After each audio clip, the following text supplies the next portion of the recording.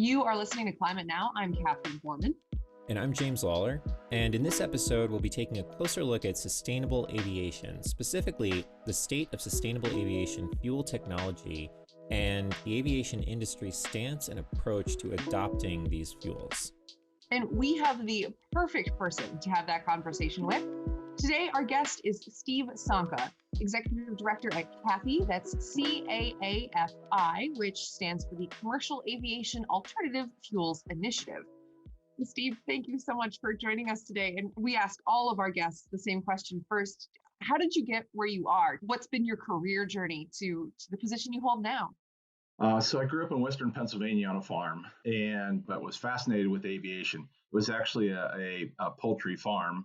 Not that had anything to do with flying, but I was fascinated by barn swallows flying around the tractor as I mowed fields, right? And just amazing, coming within touching distance.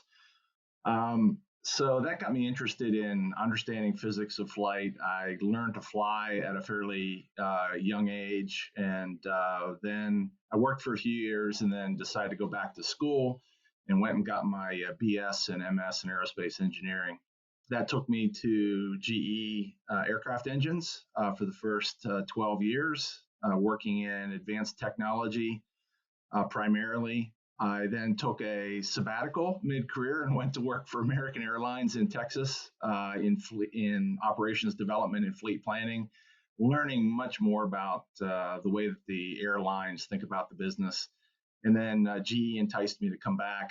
And from 99 to 2012, I worked in various aspects of very advanced engineering and product launch of advanced products, and was always kind of working in this nexus of very advanced technology, policy, long-term trends, health of the industry kinds of scenarios.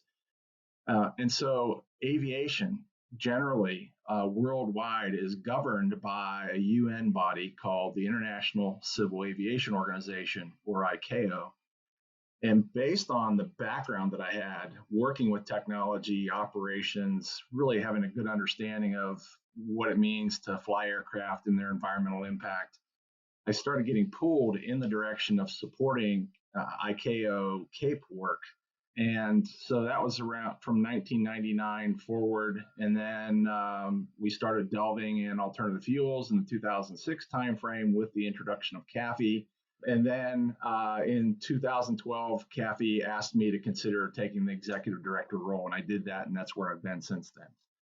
Can you tell us more about how CAAFI was formed and what your work focuses on today?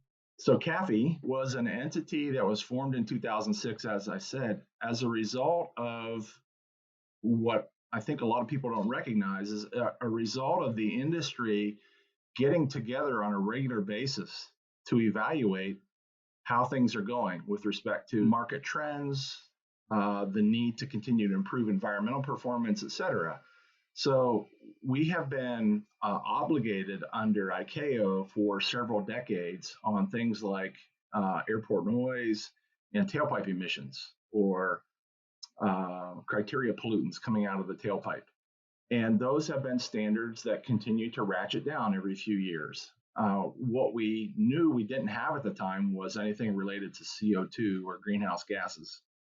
And there was some additional focus on some things that we hadn't been regulated on before, including particulate matter coming out of the tailpipes, and an interest in an aircraft fuel efficiency standard. So since that time frame, both of those have been put into practice, and now also ICAO has introduced the CORSIA program, Carbon Offsetting and Reduction Scheme for International Aviation, under which the aviation industry has made commitments for carbon neutral growth from 2020 onward, as well as a long-term aspirational goal of a 50% reduction from 2005 levels in CO2 emissions by 2050. And basically that was established a couple years ago, and what we see now is society demanding more, commensurate with Paris Accord agreements and things like net zero carbon by 2050 and some people ascribing to whether it's a 2-degree standard or a 1.5-degree standard with respect to warming, potentially even pulling those requirements into the 2035 timeframe. So we've been working this strategy since mid 2000s. And what we see is, society around us demanding more and driving us in the direction of considering even greater goals. In the 2008 timeframe is when the aviation industry, which was the first industrial sector to come out with an approach to limit our greenhouse gases as an entire entity. And that was broadly signed on to by the airlines, the equipment manufacturers, the airports, the air navigation service providers, et cetera. So we've been working this strategy of a multi-pronged effort using technology, improvements in operations and infrastructure, and policy elements to basically execute on the strategy of carbon neutral growth on international operations and the long-term goal.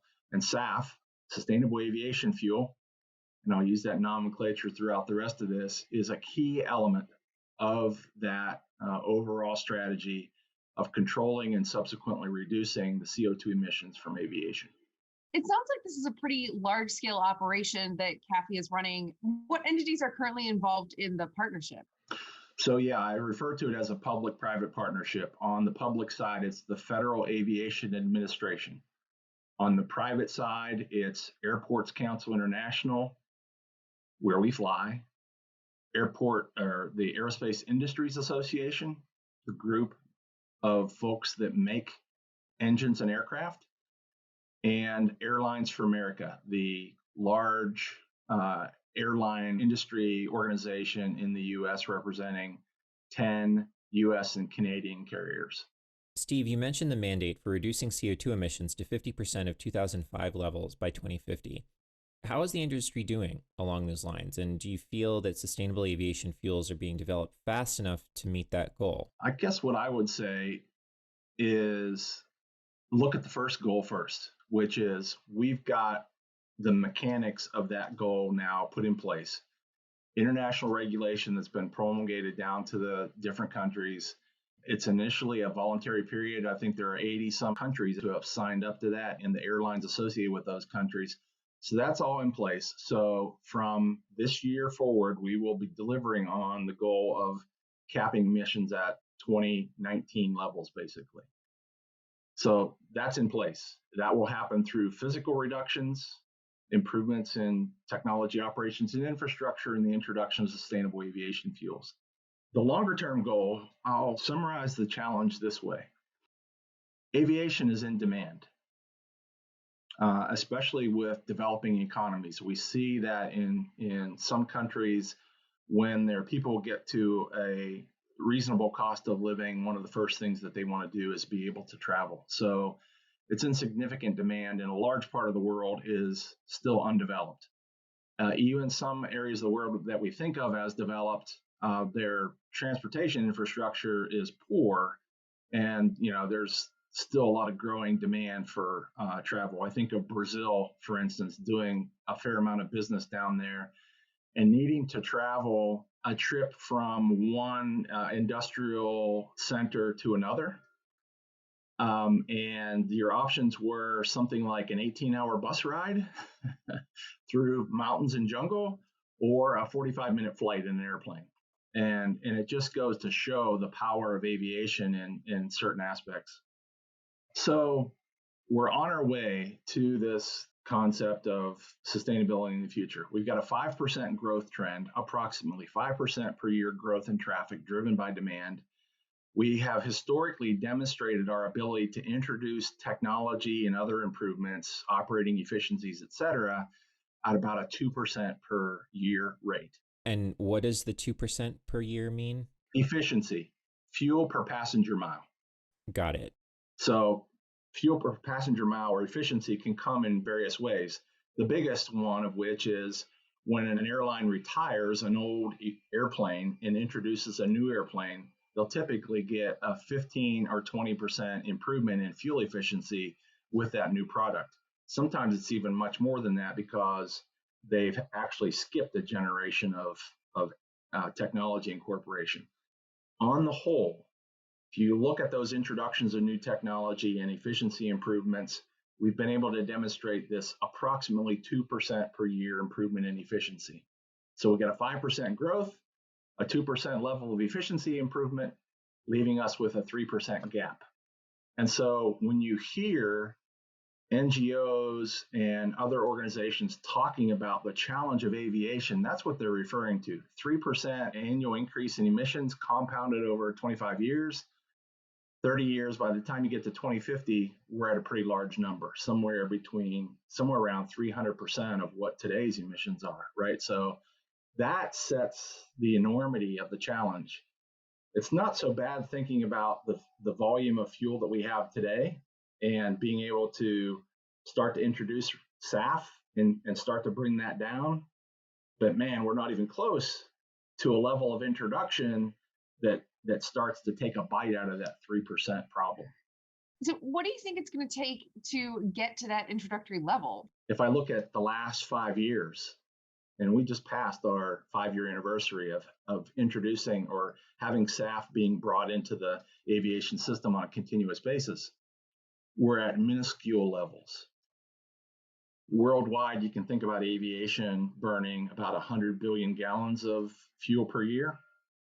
And we're using something less or something on the order of magnitude of 4 million gallons of fuel per year. So very small fraction. And that's really the essence of what I'm doing today, right? So we've done all this background work for the last 10 years, putting this foundation in place to allow us to get new fuels approved, working through the logistics of different companies, helping them with research and development, initiating demonstration and deployment. And the challenge now is really boosting effectivity of that demonstration and deployment kinds of efforts, physically bringing more production facilities online. So it looks like there's some pretty large logistical barriers in getting SAF into the market. Is it also correct to say that the main hurdle in developing SAF is that it's just not yet economically viable? I would say that's very much correct. We'll talk in a minute about the concept of drop-in fuels and the fact that there aren't a lot of other costs associated with the introduction of this fuel. It really is the fundamentals. It's, can I make a viable business case out of the production of SAF, comparing my price point to the price point of petroleum-based jet fuel, and will my creditors or capital providers allow me to take advantage of policy mechanisms to show them that I'm able to close my business case and pay the burden on the debt that I'm about to acquire from them. Those are the key issues. So yeah, I talk about standing up facilities because we have a mixed bag right now of people in the capital markets saying, yes, we actually recognize the policy is going to be at play here, right? So we're not as concerned about that as we were perhaps 10 years ago. And we're seeing things like blending mandates start to show up, right? So we're getting some sense of surety from the policy side that helps give the confidence that they will loan funds to this sector to allow them to scale up. But it's still a difficult challenge because these facilities can run anywhere from a couple $100 million to several $1 billion per facility. So it's no small task for an entrepreneurial firm to decide, hey, I want to jump into the space and go out and compete. So you mentioned that there's several million gallons of sustainable aviation fuel being used today. Who's making that fuel? How is it economical in those places where it's being used today? Yeah, so we now are lucky enough to have 4 producers physically producing fuel. World Energy from a facility in California, Neste from a facility in Finland, Gevo from a facility in Minnesota and Texas, and Total now just announced a week or so ago that they were now producing fuel from their new facility in La Med, France. So we've got those 4 producing fuel.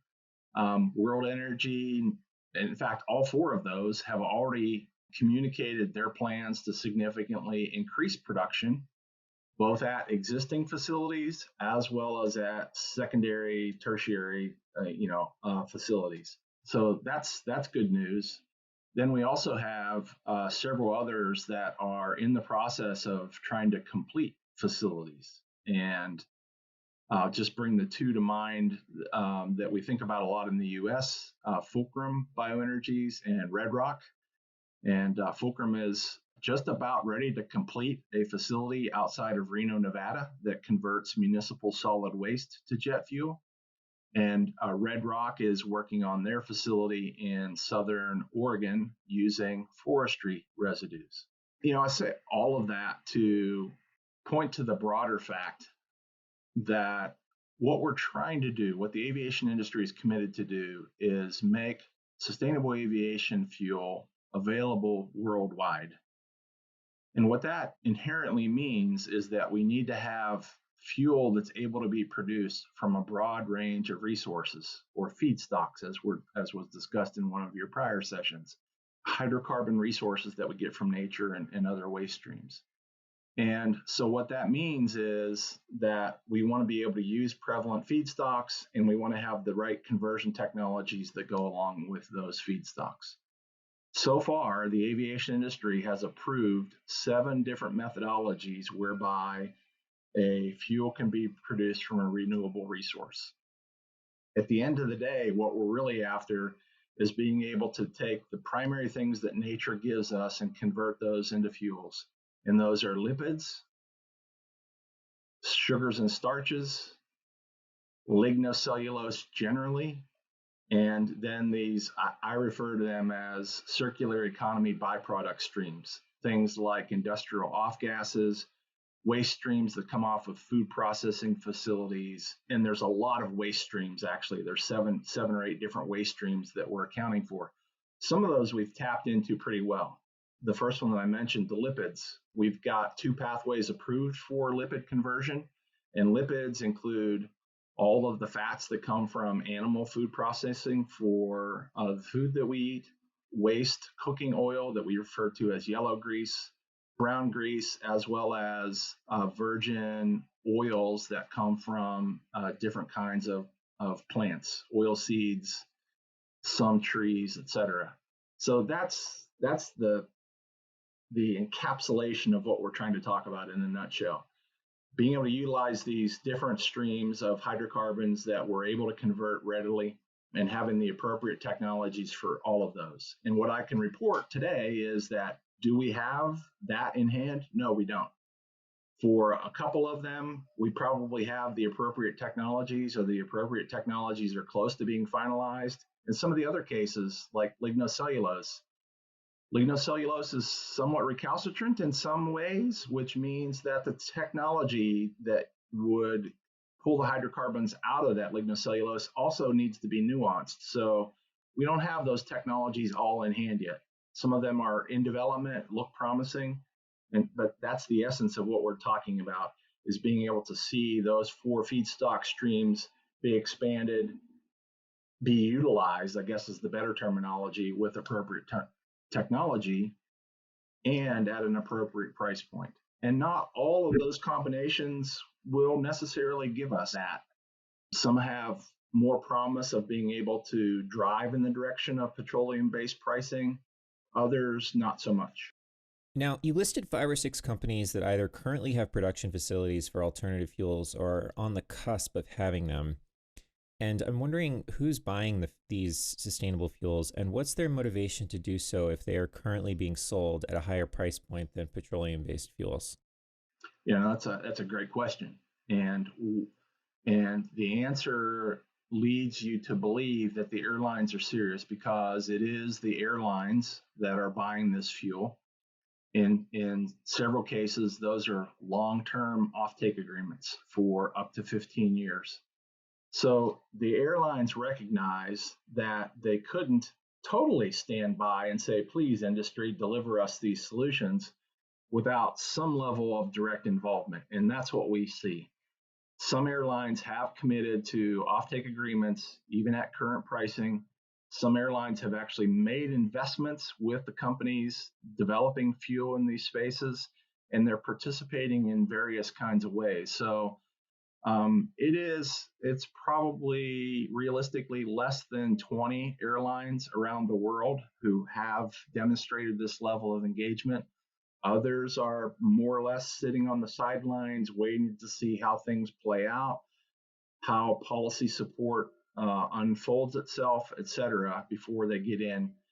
But at the end of the day, this is an industry voluntary commitment, and the industry recognizes that it will probably become more than a voluntary commitment, rather a legislated one. And so, they're all showing some level of interest, but it is truly only a handful who have physically spent the incremental money to do it. And what kind of incremental money are we talking about here? What's the factor between existing commercially available jet fuel and SAF? Yeah, I think realistically, it's at least 2x, 2 times the price of petroleum-based jet fuel. It's at least that much. I think there may be some unique cases where even that number is pared down to something less. There are other cases where the number can be significantly higher. So I see quotes in the press of people referring to different techno-economic assessments that have been made or some other wild observations that they made. And they're talking about fuel being as much as 5 times more expensive. And what I can tell you with some level of sincerity, that if there's a fuel production process out there that's at 5 times the current price of jet fuel, not much of it, if any of it, is actually being bought today.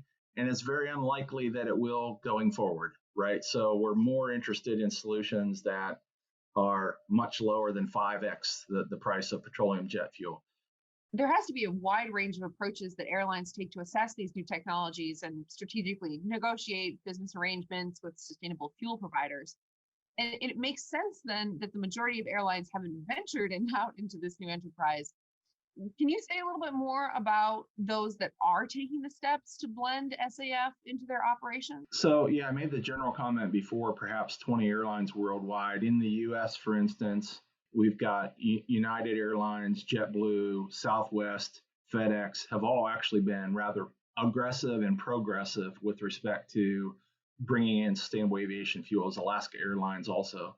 So they are demonstrating both those near-term and long-term focuses. And then around the world, KLM has been pretty aggressive. Lufthansa has done a lot of background work. They haven't had as much success in actually inking offtake agreements.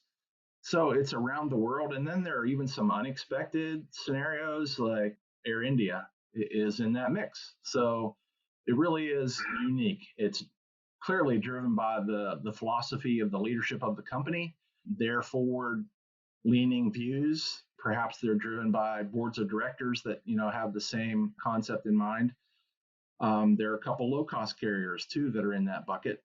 We don't see it so much anymore. 5 years ago, you used to actually see some pretty caustic comments from some airlines about the folly of artificially increasing your cost base so much, by where fuel represents 30, 35, as much as 40% of an airline's total operating cost, right? And then you take that and you suddenly double it overnight. It's an insane business approach. So you used to see a lot of caustic comment along those lines. That pretty much has tapered down to almost nothing. And today, we're seeing even some of those airlines now, noodling around the edges, trying to define how they're going to be involved. And I think that's all a reflection of what's happened on the policy side in the last 5 years. We will likely see an EU-wide blending mandate for SAF, for aviation, right? So it's a compulsory requirement that this fuel gets blended in. Once an airline knows that that is absolutely going to happen, then it's in their best interest to determine how they can obviate the cost associated with that. So, they will naturally engage with potential producers. Looking on the cost side, you mentioned that fuel makes up about 35% of the cost base of running an airline. If you're now talking about doubling even a portion of that, that's a very significant increase. And I'm guessing that this cost would eventually get passed down to consumers and their cost of travel. My question is, while we wait for new technologies to take off and lower these costs, are you aware of any modeling that tells us how policy might influence what consumers will have to pay, and hence the adoption of air travel in relation to that 5% growth curve that we expect for aviation in general? There's been a lot of analysis done both inside the sector and outside of the sector because you're only able to bring in very modest amounts of that sustainable fuel in the near term, right? So it will be, irrespective of the policy mechanism that we're talking about, a very gradual introduction of cost to the airline, albeit on a dollar per gallon basis, significant one. But with that gradual introduction, I think, the airlines will determine a way to pass that cost on to customers. And, there have been studies that actually point out that incremental cost will result in truncation of demand by virtue of the price going up. So there was actually just one put out recently that did a pretty good job at addressing that inelasticity issue and pointing out that by the time we got to 2050, instead of having that 3% problem, we probably won't. It'll be, something significantly less than that. Do you happen to know what percentage of our global greenhouse gas emissions come from commercial aviation? How does that break down in terms of emissions released in flight versus on the tarmac?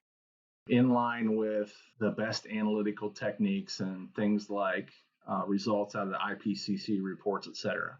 And then rough order of magnitude, perhaps, and this really varies from airport to airport, depending on the kind of operation that you have, but rough order of magnitude, less than 10% of that total fuel burn gets produced in ground operations, what we refer to as the landing and takeoff cycle, and the rest of it is burned in cruise. So it's interesting that you say that not all emissions from aviation fuel technically count as greenhouse gases, but the reason being is that we don't yet fully understand how these compounds interact and cycle in the atmosphere. But I guess what's special about aviation fuel in comparison to other types of combustion fuels that makes that harder to understand? So jet fuel is produced from the distillation of petroleum in existing refineries, very similar way that gasoline and diesel are produced. And in fact, it's actually all one continuous stream of hydrocarbons, from light end gases to really heavy compounds that get reused within the refinery and continue to be refined in circular approaches. But in this middle distillate category of gasoline, jet fuel, and diesel, jet falls right in the middle. Gasoline really runs from about carbon numbers of C4 to as much as C12. Jet fuel runs from C7 to C17, and diesel fuel might go from about C12, C14s and upward, up through some very heavy compounds. And so what you see there is the problem that if there weren't jet aircraft, that stream could be split in half. The bottom end would go entirely to gasoline, the top end would go entirely to diesel. And guess what? Both of those markets are significantly larger than jet fuel. Diesel being about 3x, gasoline being about 5x. So there's always this healthy competition within the refinery about how I make products that satisfy all my customers' needs, et cetera. At the end of the day, it's still a hydrocarbon. Compounds purely comprised of carbon and hydrogen in chains. So what makes jet fuel different? Jet fuel does have some more strict characteristics associated with it. And then within that range of hydrocarbons, different types of these hydrocarbon chains in Gaussian distributions that make jet fuel. And it's iso and normal paraffins, these straight zigzaggy chains of hydrocarbons, branched zigzaggy chains, cycloparaffins, where the chain closes on itself and forms a ring structure of some kind, and then aromatic content, which wind up being groups of double ring compounds. They all actually bring some attribute of significance to the nature of jet fuel. Jet fuel is used for lots of purposes other than just combustion that you don't find in a car or a truck. And so we use it as a lubricant, as a heat transfer mechanism, as a capacitance agent, 4 or 5 different kinds of usage. And the reason that that's the case is because an airplane as a physical engineering system is designed to be more sophisticated to make it efficient to fly at 10 times the speed that you can drive a car on the road. So we've really integrated the concepts or the attributes of this jet fuel into the overall engineering of the vehicle. So we care more about the properties. And so if you look at the jet fuel specification, you'll find in there both physical attributes and fit for purpose attributes that we require of jet fuel that you don't find in the other specs. And so now the task is, there are all these characteristics that we know and love about petroleum-based jet fuel. We did a lot of analytical work up front and decided, yes, these fuels can be complete drop-in fuels, requiring no change to distribution systems, aircraft systems, airport fueling systems, et cetera. So in essence, keeping the societal cost burden low or zero associated with this switch in an energy carrier. And as I said before, we've already approved 7 of those pathways. We have another 6 that are physically in process right now, and at least another 15 by my count of additional combinations of feedstocks and conversion technologies that will, at the end of the day, be able to produce a synthetic jet fuel. And when you say we have these pathways, what organization is in charge of getting these fuels certified? In any of this discussion, when I talk about I'm talking about the Aviation Enterprise working together on the development and introduction of these fuels. There are some CAAFI efforts specifically that we're working on, but this really is an industry-wide effort. So people sometimes see the quotes about ASTM and they think that there are a few people in this organization called ASTM that are making these decisions, and it doesn't work that way at all. What ASTM does is creates a framework for an industry to come together to work collaboratively on the definition of these specifications, and then creates a repository for those specifications that can be used by any commercial entity in the world. That body of people that get together, that's the Aviation Enterprise. It represents big petroleum, the people who make jet fuel today, lots of people who work around the testing and analysis space. All of these sustainable aviation fuel producers are immersed in that process. The airlines themselves, the fuel handlers, anybody who touches, smells, tastes this thing called jet fuel is involved in that process of approving the production methodology to make a synthetic fuel that meets all of those jet fuel characteristics. Understood. And so in terms of, say, a biofuel made from lignocellulosic material, the pathway there might look like a group of investors partner with the lab that is proposing this new fuel. What kind of path would one of these new fuels go down to become approved and then go on to actually achieve commercial viability? What does that look like? So yes, it starts out pretty much as you envisioned, where somebody develops a conversion technology and that somehow gets licensed. That might happen in a national lab. It might happen at a private company. It might spin out of an academic effort, et cetera. That technology is defined.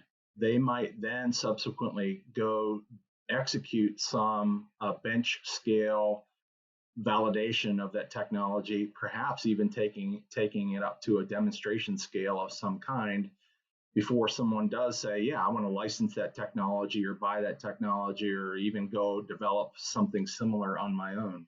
So we have all kinds of ways that is actually happening, both the technology development and the commercialization part.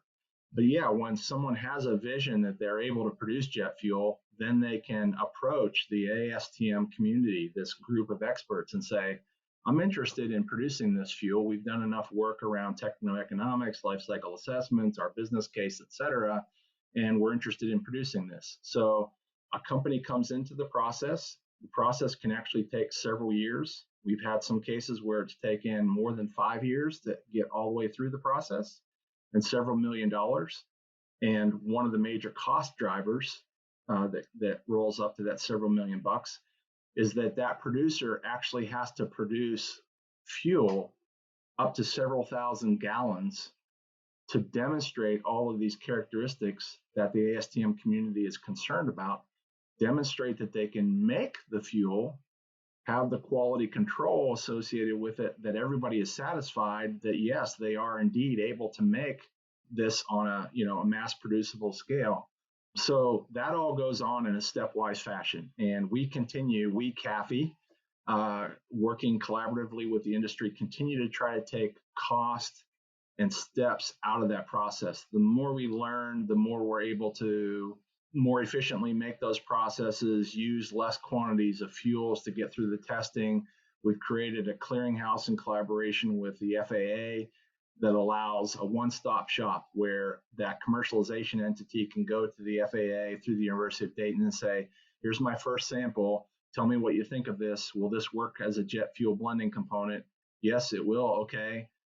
Then we will start into the ASTM process where we'll get a national laboratory to validate those physical and fit for purpose properties.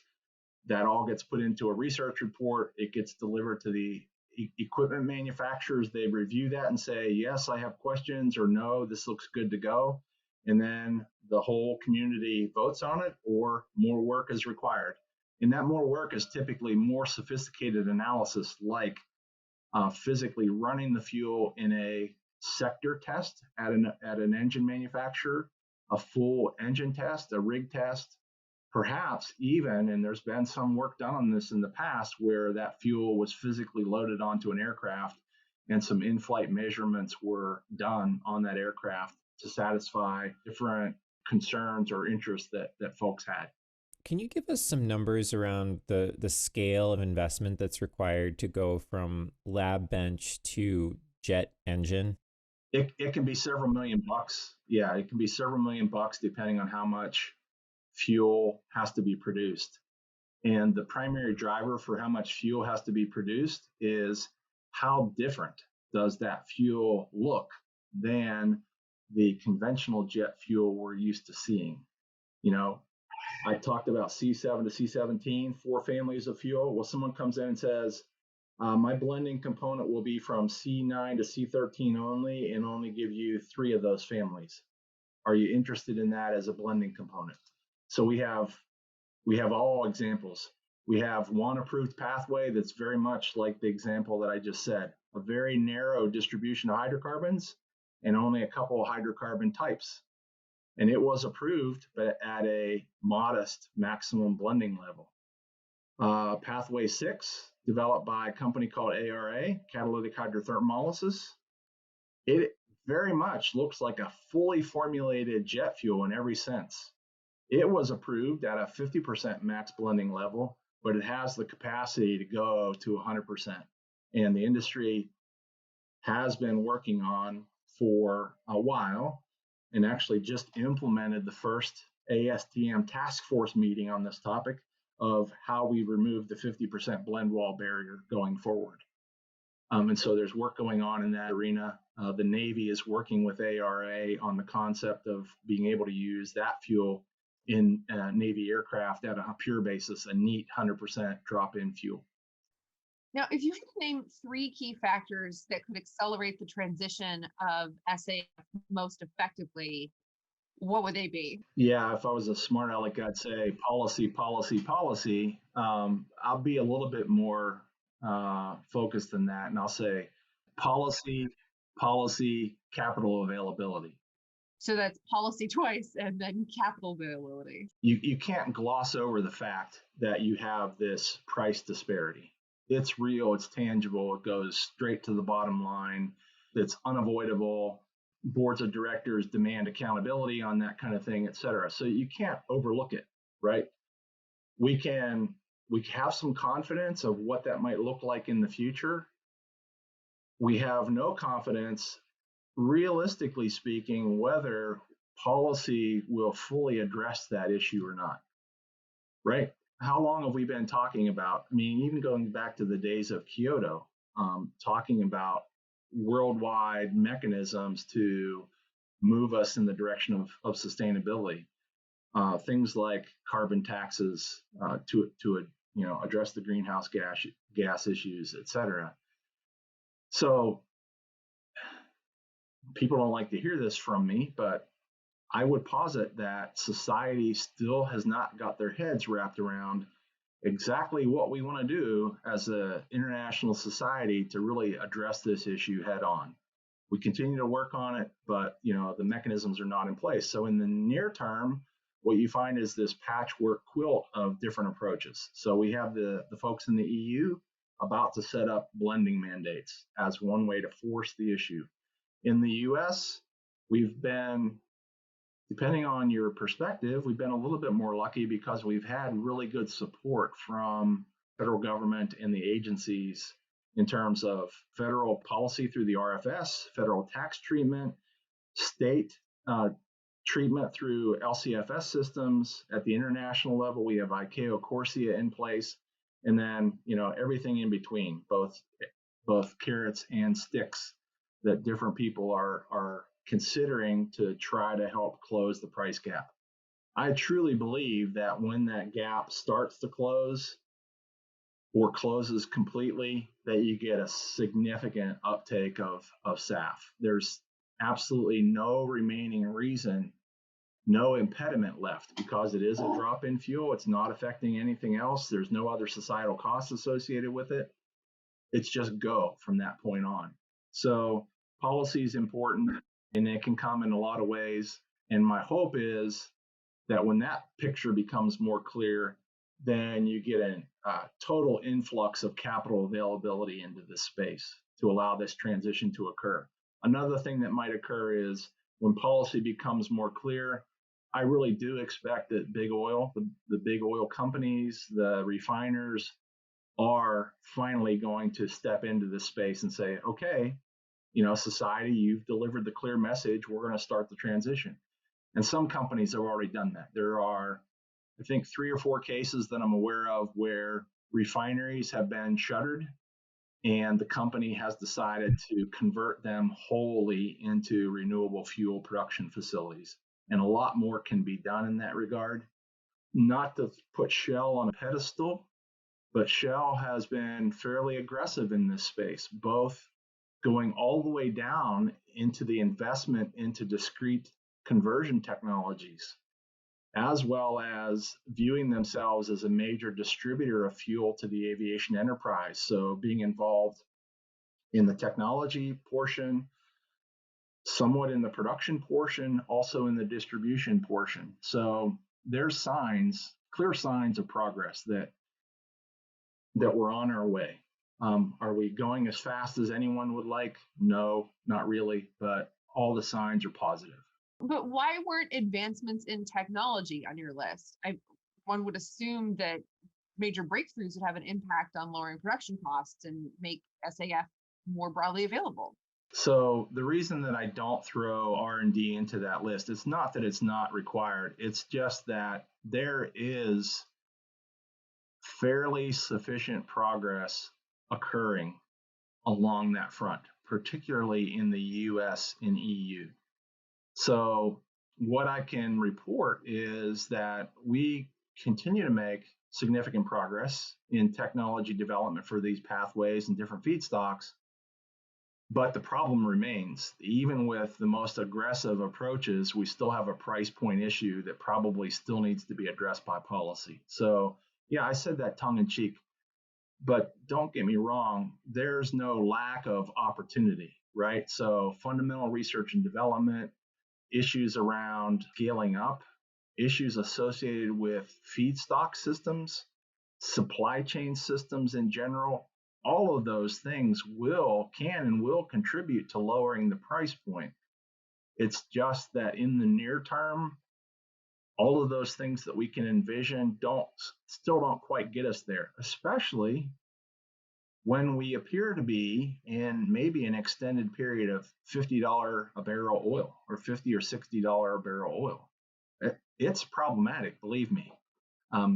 Working these details on a day-to-day basis is problematic. And so even under some of the best scenarios that we can envision in 20 years, it's actually that kind of time frame, probably taking 20 years with continued rollout of technologies, continued learning curve, continued supply chain optimization to get us to that point of being equivalent with $50 or $60 a barrel oil. So yeah, all of those things are important, but the primary focus I have is what can happen in the near term to make a difference to significantly increase the uptake of these fuels. In the near term, it does need to be policy. There's no question in my view. Otherwise, we'll just continue this very, very slow ramp up that nobody will be satisfied with.